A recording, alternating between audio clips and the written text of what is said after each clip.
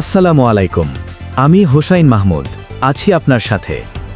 শুরু করছি আজকের গুরুত্বপূর্ণ আন্তর্জাতিক সংবাদ। মধ্যপ্রাচ্যে উত্তেজনা নতুন করে তীব্র আকার ধারণ করেছে। সম্প্রতি আক্রান্ত হওয়া কিছু স্থল ও সামরিক লক্ষ্যবস্তুর জবাবে ইরান মধ্যপ্রাচ্যের বিভিন্ন দেশে তীব্র হামলা চালিয়েছে। হামলার প্রধান লক্ষ্যবস্তু হিসেবে নির্ধারণ করা হয়েছে দুবাই, সৌদি আরব এবং কাতার সহ কয়েকটি গুরুত্বপূর্ণ শহর ও অবকাঠামো। স্থানীয় সংবাদমাধ্যম ও নিরাপত্তা সূত্র জানায়, ইরান সরাসরি ক্ষেপণাস্ত্র ও ড্রোন হামলা পরিচালনা করেছে। আকাশপথ ও সমুদ্রপথ উভয় দিক থেকেই এসব হামলা চালানো হয়। হামলার ফলে কিছু এলাকায় আগুন লেগেছে এবং গুরুত্বপূর্ণ অবকাঠামোর আংশিক ক্ষয়ক্ষতির খবর পাওয়া গেছে। এদিকে সংশ্লিষ্ট দেশগুলোর সরকার পরিস্থিতি মোকাবেলায় সতর্কবার্তা জারি করেছে। তাদের নিরাপত্তা বাহিনী সর্বোচ্চ সতর্ক অবস্থায় রয়েছে এবং আকাশসীমা ও সমুদ্রপথে নজরদারি আরও জোরদার করা হয়েছে।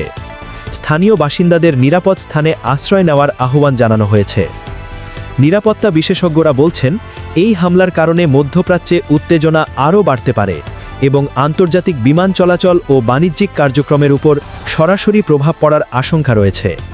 ইতোমধ্যে কিছু আন্তর্জাতিক সংস্থা তাদের নির্ধারিত কর্মসূচি স্থগিত করেছে। অন্যদিকে ইরানের পক্ষ থেকে জানানো হয়েছে, এই হামলা প্রতিরক্ষা ও প্রতিশোধমূলক পদক্ষেপ হিসেবে চালানো হয়েছে।